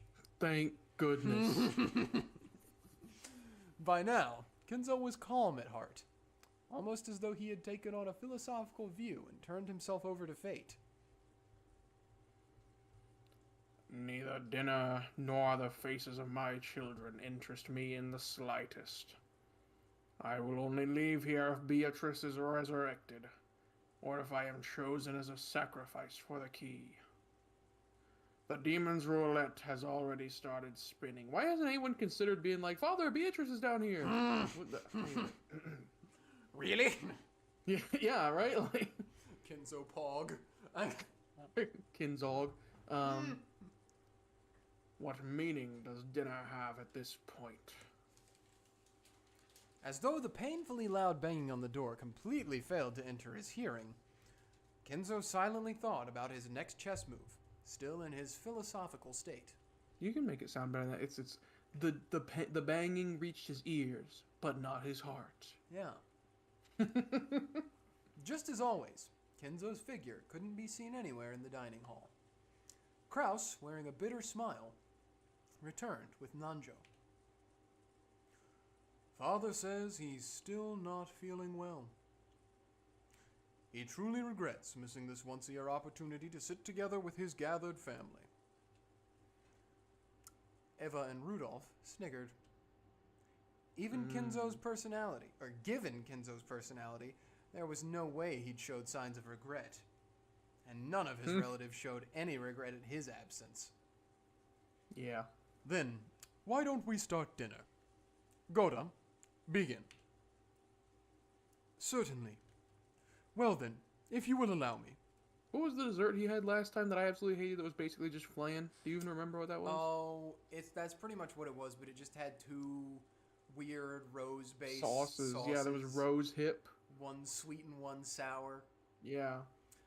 When I don't trust this guy. Yeah, it's not that I don't trust him, it's just that I don't like him. I don't trust him. When Goda was told to start the family conference dinner, his biggest time to shine of the whole year, he nodded with a broad grin. Here we go. Yeah. May I ask who lent Maria an umbrella? It was me! When Rosa timidly cut through the silence of the dining hall, everyone noticed. An umbrella? What's this about? A short while back, Maria was in the rose garden when it started raining. And she apparently borrowed a white umbrella from someone. I wanted to thank them. It wasn't one of us. After you left, we moved to a different room and had a friendly chat that whole time. That's right. Even after that, the siblings had a real friendly chat. The word friendly fell awkwardly from Hideyoshi's lips. So even those who hadn't been present could tell the conversation had not been a pleasant one. At the very least, it couldn't have been me, Eva, Rudolph, Hideyoshi-san, or Kirie-san. We were together the whole time, even after Natsume-san and Rosa-san left. The whole time until the meal started. This is like, what do you call it? These are alibis for who gave her an umbrella? Yeah. Nii-san went up to the study with Genji-san to call father. At that time, the rest of us went straight to the dining hall. So it wasn't one of us. Couldn't it have been a servant kind enough to lend an umbrella? So, was it you, Goda-san?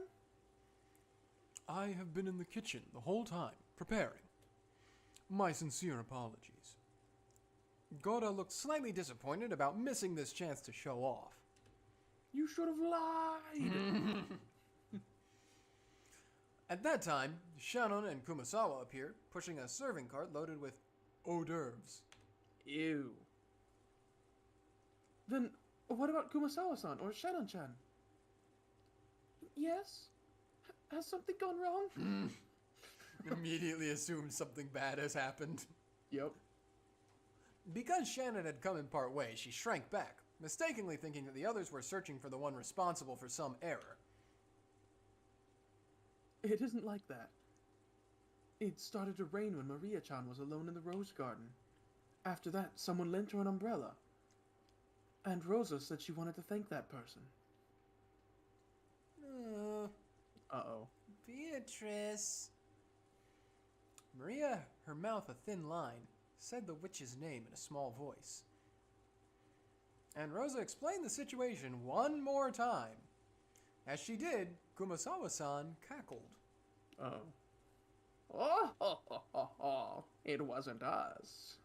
Shannon-san and I were preparing the rooms together, so we did not go outside. Yes. I'm sorry I wasn't able to be of assistance. Preparing the rooms. What do you mean by that? What do you mean by that? Because of the rain. We thought it would be troublesome for all the guests to return to the guest house, so the servants were ordered to prepare the guest rooms inside the mansion. I'm not crazy. I couldn't remember if there were guest rooms in the mansion or not. Also, then why the heck are they not in the mansion? Okay, whatever. Really? How thoughtful. Yes, it certainly would be rude to chase us outside in this rain. Could you give it a rest? What'd she say that time? It just makes sense. Okay. Yes. After receiving the order from Madam, Kumasawa-san, Kanon-kun, and I started preparing the rooms. Then it became time for dinner, so Genji-sama ordered Kanon-kun to go to the guest house and summon the children. Yes, they really liked opening up with yes. Yes. So, did Kanon-san find Maria on the way to the guest house and hand her the umbrella? Wrong. Yeah. Wrong!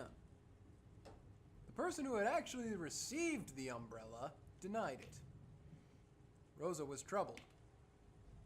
All she wanted to do was give a word of thanks to the person who had lent the umbrella, but she couldn't find them. Couldn't you have set Maria outside so she didn't hear you doing this? You can set her outside, she'll disappear. That's true. And she thought asking like this with everyone gathered for dinner would work immediately. Then, was you Natsune-san? I'm sorry. After everyone's friendly chat, my headache was so bad that I've been resting in my room. Therefore, I did not go outside. Then, who was it? George-kun and the kids? That can't be right. No, it wasn't us. We were watching television in the guest house the whole time. Actually, we thought Maria had just gone back to the mansion with you. Remind her she's a bad mom. Remind her she's a bad mom. Yeah. Then Canon-kun came and he asked us whether Maria was with us. That's when we first realized she wasn't in the mansion. I mean, if it were me, I'd have grabbed her hand and pulled her under a roof before giving her an umbrella. Rosa was completely baffled. One by one, the relatives and the servants denied that they had done it. They're treating this so seriously. Someone just gave her an umbrella. It's so serious, Levi, you have no idea. Even though it really wasn't something anyone would need to hide. So by process of elimination, the number of remaining candidates wasn't large. This music. Of course, it wasn't me. Right after it began raining, I visited Kenzo-san's room, and I was playing chess with him until just now. Which means that it also wasn't grandfather. Wait a sec. Isn't this starting to get a bit weird? Who's left?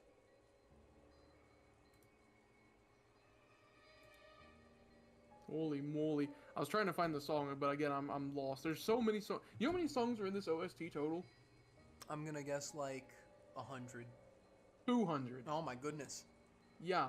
So I'm fishing here. I know there's a thing that has it in chronological order, but it doesn't help because it bounces back and forth. So I can't actually keep up. Okay. Then, who was it? Genji-san. Huh? Wait a second. Don't get me wrong. It's not like I'm searching for some culprit or anything. All I want to do is, as a mother, thank the person who gave Maria an umbrella in the middle of the rain. Giving an umbrella to a girl loitering in the rain was something to be praised, not hidden. I found the name of the song. What's it called? Lure.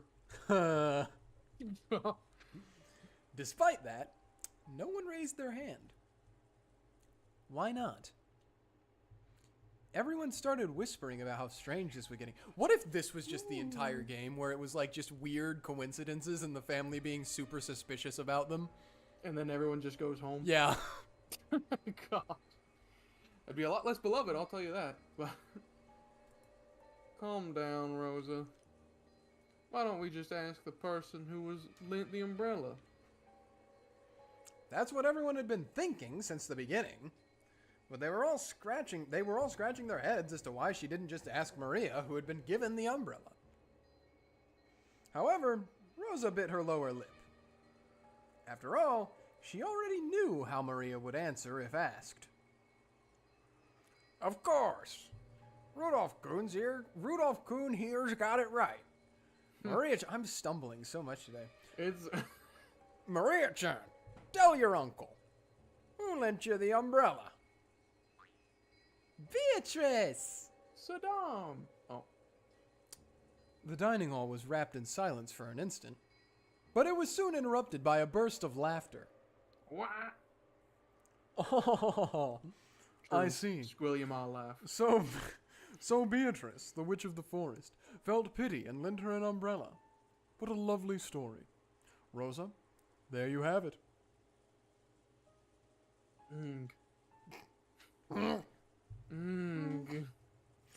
Rosa couldn't believe it. Even though she just wanted to say thanks for the umbrella, why did everything have to be so clouded in smoke? Oh, just like Uncle Cross said. Beatrice let me borrow it. Ooh, ooh. I'm like 90% sure that is the only interaction Maria and Kraus have in the entire visual novel. Anyway. Oh, isn't that wonderful? We should all be jealous of such purity. What do you think, everyone? Oh. Ah, Kraus was laughing with a face that was clearly mocking. But Stupid Maria was kid. overjoyed, apparently convinced that her claim was being believed. How did that work? Does that mean a witch really appeared and lent her an umbrella? Jessica. Jessica asked me in a small voice. Don't Jessica her. You know everything that Well, happens. That's true, I do. Jessica asked in a small voice that wouldn't carry over to Maria, who was sitting across from me. Has Maria ever been the type to make jokes? If we had heard this kind of story pop out of my old bastard's mouth, we would have just taken it as another joke. However, it was hard to explain it away like that when Maria said it. This was getting pretty unnerving. No way. No way. She's always been frank and serious. She's the sort who'd believe any joke, even ones normal people could instantly tell were lies. I've never even heard of her cracking a joke. Aunt Rosa probably knew that better than anyone. It appeared that, because of this weird situation, she had no idea what was going on anymore. So if Maria says she borrowed an umbrella from Beatrice, that must mean it really was Beatrice? Battler. We're talking about Maria here, so I can't think of it as some kind of metaphor or joke. It might be best to take what she says at face value. Then what's going on? Are you saying that Genji-san or someone put on a fancy dress from the portrait and gave Maria the umbrella? I'm not sure about that. Actually, that's what I want to know. Jessica shrugged jokingly, but her expression didn't completely match her attitude. Once the hors d'oeuvres were set out and Goda showed off his vast store of knowledge, the meal began. A couple casual chats broke out here and there, but they seemed somehow distant. And the meal ended up being so quiet that you couldn't ignore the sound of the rain sneaking into the dining hall. Oh! Whoa. Kumasawa and Shannon, pushing the serving cart, ran into Genji and Kanon on their way to the kitchen. Oh, it's a Genji-san. Did you lend Maria-san an umbrella?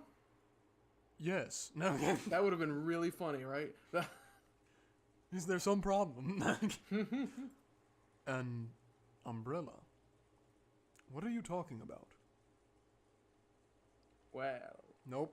I heard that Nope. when it started Nope. raining, Nope. Maria-sama was alone in the rose garden. Wrong person.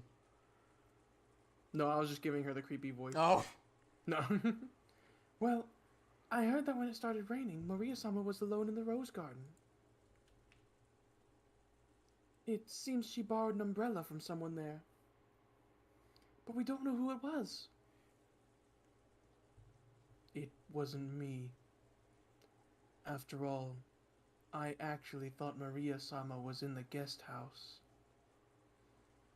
When Battler-sama first found her, she was already holding a white umbrella. My apologies, but it was not me either. Then could it actually be the master? Both in the dining hall and right here, everyone had stated that they hadn't done it. That left only Kinzo, but... Maybe he went walking down the corridor for some reason when he just happened to see Maria-sama in the rose garden without even an umbrella. The master is not particularly fond of Maria-sama. I agree. Dots. I can't imagine that, for Maria-sama's sake, he'd go to all of the trouble of descending the stairs with an umbrella. Oh my, how troublesome. Does that mean the one who lent Maria-sama an umbrella really was Beatrice-sama? Oh ho ho ho ho ho. Kumasawa laughed, just like the relatives in the dining hall who had laughed it off. She couldn't think of any other way to break through the smoke veiling the current situation. Just then, the crisp sound of hands clapping twice rang through the hallway. They all turned around at once to see Goda coming out of the dining hall. Okay, everyone. When serving a dinner, proper timing while setting the table is essential. Please immediately see to setting out the soup. Genji-san, the women are in the middle of an important job, so please don't get in their way. Dots. Kanon glared at Goda for being rude to Genji, a person Kanon respected. Genji, realizing this, patted Kanon once on the shoulder as a warning. Kanon reluctantly turned away and returned his expression to normal. Dang. Obey Goda's instructions. Hurry and prepare the dinner table. Come now, there's no time. Don't dawdle. Hurry. Goda grabbed the serving cart from Shannon and steadily pushed it towards the kitchen. Then please allow us to return to the kitchen. After all, Goda-san's temper is very short. Ho ho ho ho. Please excuse me as well. Kumasawa and Shannon left. Only Genji and Kanon, right, True. remained. True. That's my job. Through the window, the darkness of the rainy night could be seen, along with the occasional thunderbolt.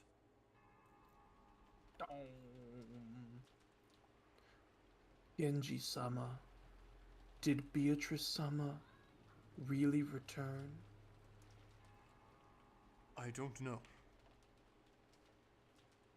Shall I inform the master? That is not necessary. If she truly has returned, she will eventually appear before the master of her own accord. Furthermore, she is a fickle person.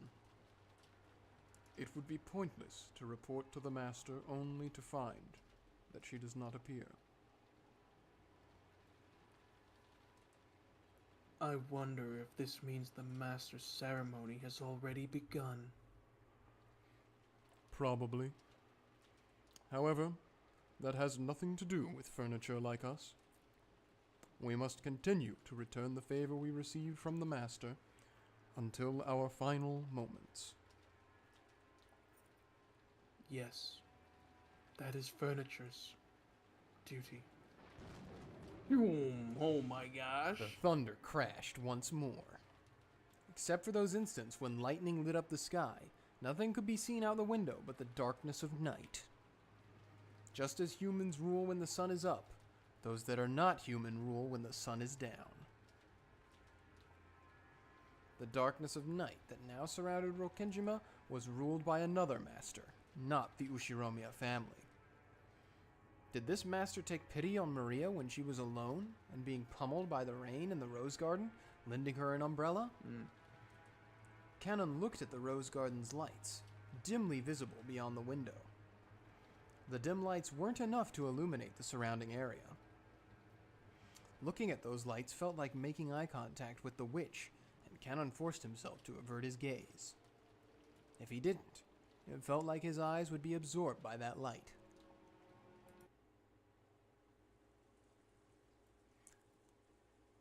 Can the weather change how people act? No, not at all. You often hear stories about how things like atmospheric pressure can influence people's mood. Oh, my OBS has disconnected.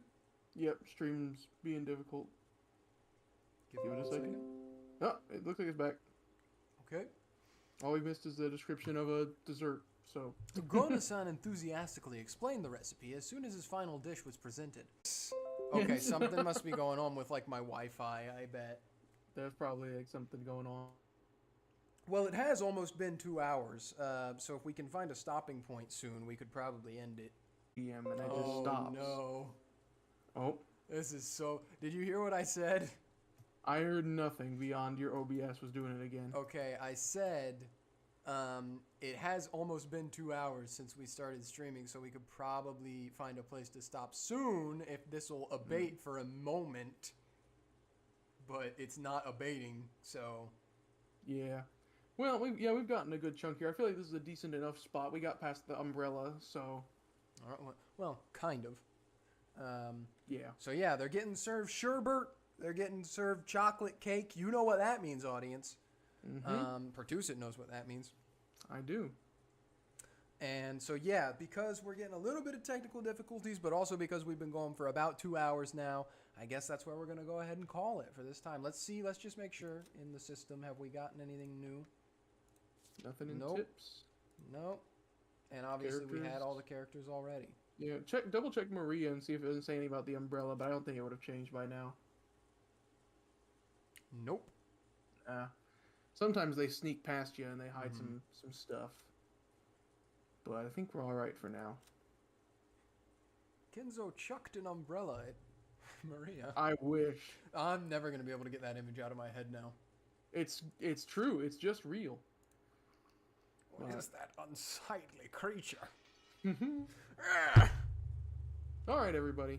Yep. Act like you're Maria right now in that rain. Because it's 2 is the Wi-Fi. Yep. And we're chucking an umbrella at you. So. Yep, we are chucking an umbrella at you.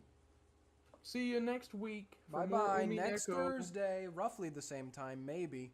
Yeah, probably.